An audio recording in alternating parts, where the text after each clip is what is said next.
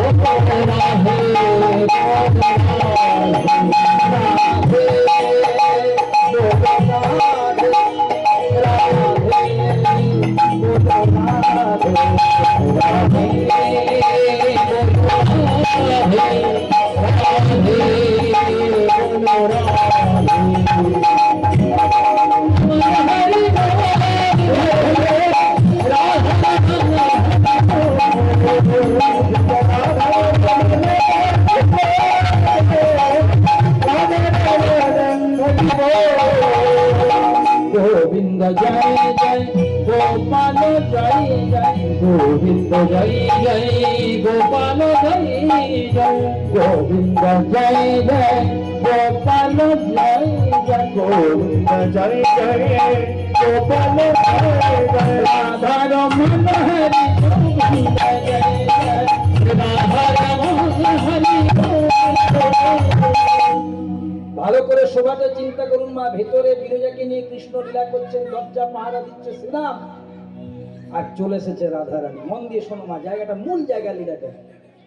যেই না এসে দাঁড়িয়েছে রাধা রানী শ্রীরামের কাছে রাধা রানী কিছু বলে শ্রীরাম রাধা রানীকে দেখে পরে কি বলছে জানেন তুমি এলে তো কি হলো এখানে তো আর কৃষ্ণ নেই লে বাবা ঠাকুর ঘরে কে রে আমি কোলা খাই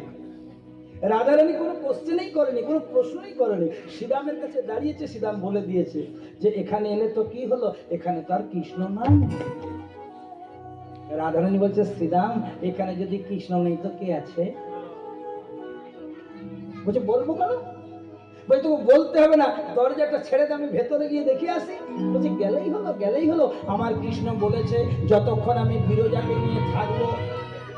ততক্ষণ ভেতরে কাউকে আসতে একবার হাতে হাড়ি ভেঙে দিয়েছে মানে রাধারানী জেনে গেছে ভেতরে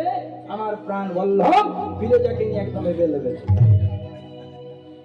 রাধারানী বলছে দেখ তোর সাথে আমার কোনো নিন্দা নেই তর্ক নেই ঝগড়া নেই আমি ভেতরে যাব আমার জিনিস আমি বুঝে নেব তুই দরজা ছেড়ে দে শ্রীরাম বলছে ছাড় নাই হলো আমি কথা দিয়েছি আই প্রমিস ইউ আমি গোবিন্দকে কথা দিয়েছি বলে তুই ছাড়বি কিনা বলতো এই ঝগড়া হতে হতে যেই না রাধারানী জোর করে প্রবেশ করতে গেল শ্রীরাম একটু ধাক্কা দিল রাধারানী আর রাধারানী পড়তে কোন রকমে উঠে দাঁড়াল বলে শ্রীরাম তুই কি করলি এটা গোলক বৃন্দাবন এটা ধাম বৃন্দাবন নয় এটা মর্তধাম নয় এটা বৈকুণ্ঠ গোলক বৃন্দাবনের ঘটনা এটা গোলক বৃন্দাবনের থেকেও তুই দত্ত সুলভ আচরণ করলি সংসারে যে যেমন কর্ম করে তাকে তেমন ফল ভোগ করতে হয় কিছুদিনের মধ্যে তোর দত্ত কুলে জন্ম হবে শ্রীরাম তোর নাম হবে শঙ্খচূড় সনাতন ধর্মের এমন কোন বাড়ি নেই হিন্দু ধর্মে যার বাড়িতে শঙ্খচূড় নেই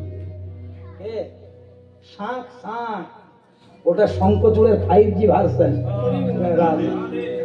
অমায়েরা এটা শঙ্খচূড়ের ভার্সন এটা শাঁখ